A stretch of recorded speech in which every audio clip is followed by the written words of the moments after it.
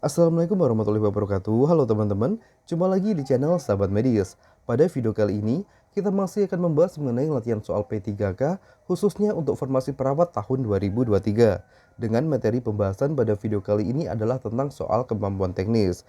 Dan sekalian menjawab pertanyaan dari teman-teman yang bertanya pada kolom komentar di video sebelumnya yang menanyakan pada seleksi P3K ini terdiri dari berapa kali tes.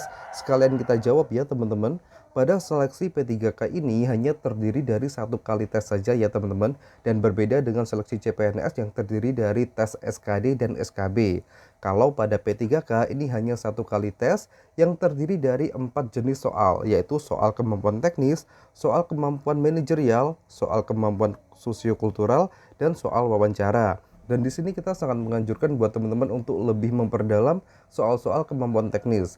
Karena dari jumlah soalnya, soal-soal kemampuan teknis ini jauh lebih banyak dibandingkan dengan jenis-jenis soal yang lainnya. Dan gak usah berlama-lama, langsung saja kita masuk ke soal yang pertama. Untuk menunjang kesembuhan pasien dalam memberikan asuhan keperawatan, perawat diharuskan untuk menerapkan komunikasi terapeutik. Pada tahap ini, perawat mengidentifikasi masalah pasien guna mengoptimalkan terapi yang akan diberikan. Pertanyaannya, ada pada fase apakah tindakan yang dilakukan perawat tersebut? A. Fase prainteraksi, B. Fase orientasi, C. Fase kerja, D. Fase evaluasi, atau E. Fase terminasi. Seperti biasa, sebelum kita masuk ke pembahasannya, di sini kita memberikan teman-teman waktu 5 detik untuk memilih jawaban yang benar. Dan jawaban yang tepat adalah opsi B, yaitu fase orientasi. Nah, di sini yang perlu digarisbawahi adalah perawat mengidentifikasi masalah pasien. Nah, mengidentifikasi masalah ini adalah tugas perawat pada fase orientasi. Terdapat 4 fase ya teman-teman pada komunikasi terapeutik ini, yaitu fase prainteraksi, fase orientasi, fase kerja, dan fase terminasi. Sekarang kita bahas untuk setiap fasenya karena tugas dan peran perawat di tiap fase ini berbeda. Pada fase yang pertama di sini ada fase prainteraksi, di mana tugas perawat adalah yang pertama mengeksplorasi perasaan, harapan, dan kecemasan. Berikutnya menganalisa kekuatan dan kelemahan diri dengan analisa diri perawat. Untuk poin pertama dan kedua ini masih berfokus pada diri perawat sendiri ya teman-teman. Poin berikutnya mengumpulkan data tentang klien dan membuat rencana pertemuan secara tertulis yang akan diimplementasikan saat bertemu dengan klien. Berikutnya fase yang kedua adalah fase orientasi. Tugas dan peran perawat di sini adalah yang pertama membina hubungan saling percaya, berikutnya merumuskan kontrak bersama klien, menggali perasaan dan pikiran serta mengidentifikasi masalah klien. Nah, ini sama seperti yang ditanyakan pada soal tadi ya teman-teman. Dan yang terakhir adalah merumuskan tujuan dengan klien. Setelah fase orientasi, kita masuk pada fase kerja. Pada tahap ini merupakan inti dari proses komunikasi terapeutik. Tahap ini perawat bersama klien mengatasi masalah yang dihadapi klien. Ini termasuk proses pemberian asuhan keperawatan ya teman-teman. Dan yang terakhir di sini ada fase terminasi. Tugas dan peran perawat yang pertama, mengevaluasi pencapaian tujuan interaksi yang telah dilakukan. Kemudian melakukan evaluasi subjektif. Ini maksudnya perawat menanyakan bagaimana perasaan pasien setelah dilakukan tindakan atau setelah diberikan asuhan keperawatan. Dan yang terakhir, menyepakati tindak lanjut terhadap interaksi yang telah dilakukan. Oke, sebelum kita masuk ke soal berikutnya, di sini kita mau menginfokan salah satu platform penyedia latihan soal P3K yang bisa teman-teman ikuti untuk memantapkan diri menghadapi seleksi P3K tahun ini. Platform tersebut adalah NIP Warrior. Berikut ini adalah tampilan dari platform NIP Warrior. Di sini ada beberapa formasi seperti dokter umum, perawat terampil, perawat ahli, bidan terampil, bidan ahli, penyuluh kesehatan, epidemiologi, dan beberapa formasi yang lainnya. Sebagai contoh, di sini kita buka untuk formasi perawat terampil.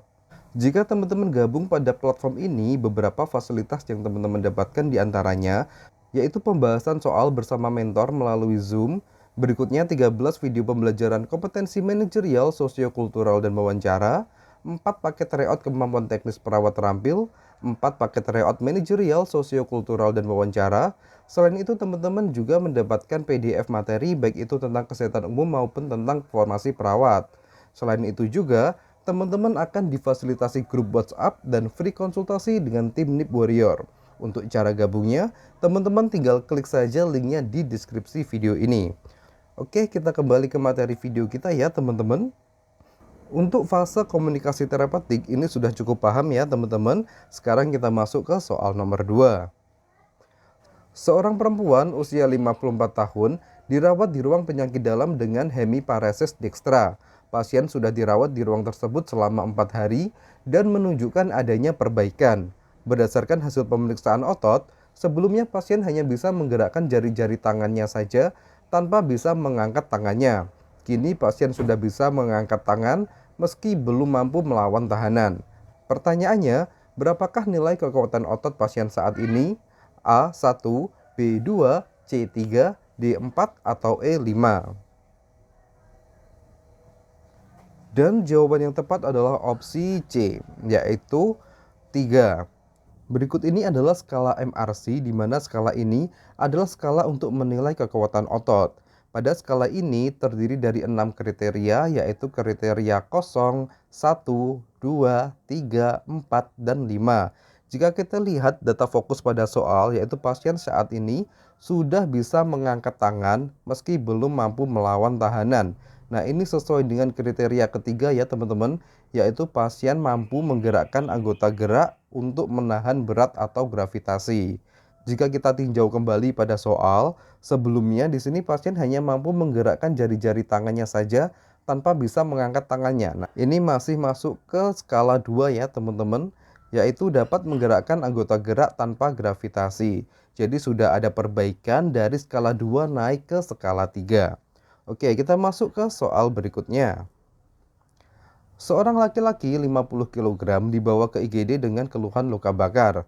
Dari hasil pemeriksaan diketahui tekanan darah 100/60, nadi 88 kali per menit, RR 26 kali per menit, luas luka bakar 20%.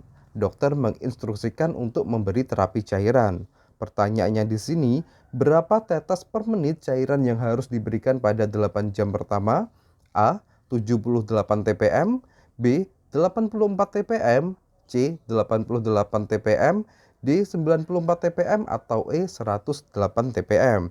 Untuk soal ini teman-teman bisa mempause dulu video ini dan mengerjakannya terlebih dahulu. Nanti kita cocokkan bersama-sama jawaban teman-teman dengan pembahasan pada video kali ini.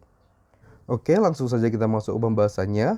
Untuk soal seperti ini harus kita kerjakan melalui beberapa tahapan ya teman-teman. Karena kita tidak bisa langsung menghitung berapa tetesan infus sebelum kita mengetahui jumlah cairannya terlebih dahulu. Jadi langkah pertama adalah kita hitung dulu berapa jumlah cairan yang harus diberikan pada pasien dalam 8 jam pertama.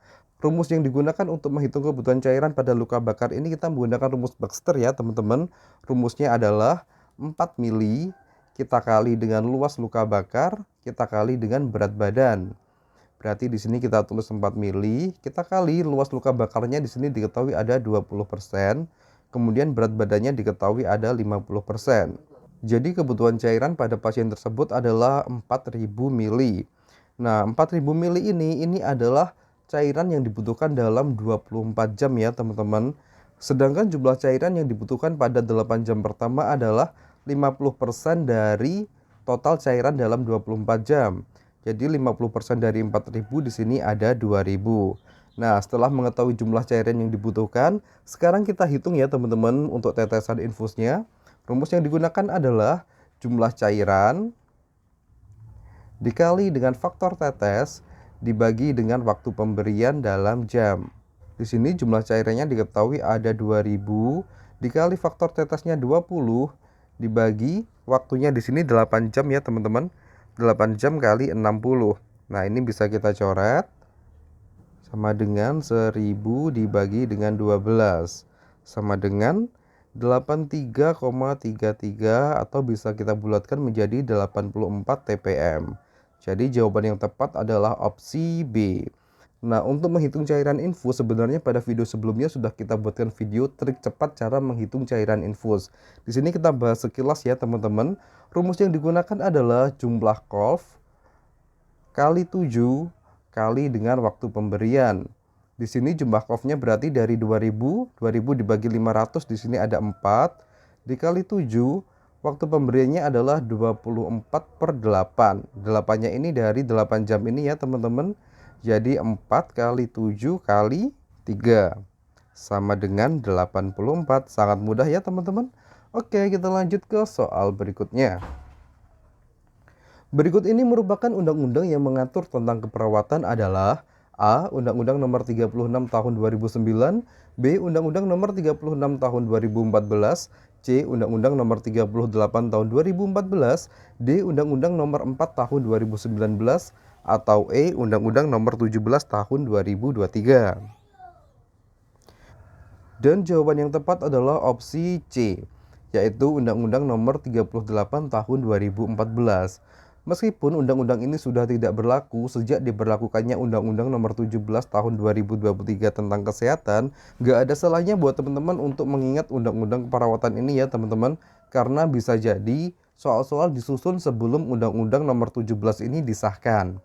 Kita bahas juga untuk setiap opsinya untuk menambah wawasan teman-teman. Untuk opsi A di sini ada Undang-Undang Nomor 36 Tahun 2009. Ini adalah undang-undang tentang kesehatan. Berikutnya Undang-Undang Nomor 36 Tahun 2014. Ini adalah undang-undang tentang tenaga kesehatan. Lalu yang terakhir di sini ada Undang-Undang Nomor 4 Tahun 2019. Ini adalah undang-undang yang mengatur tentang kebidanan. Oke, sementara cukup sekian dulu ya untuk video kali ini. Semoga video ini bisa bermanfaat dan semua teman-teman di channel ini bisa lolos pada seleksi P3K tahun ini. Wassalamualaikum warahmatullahi wabarakatuh. Sampai jumpa di video berikutnya.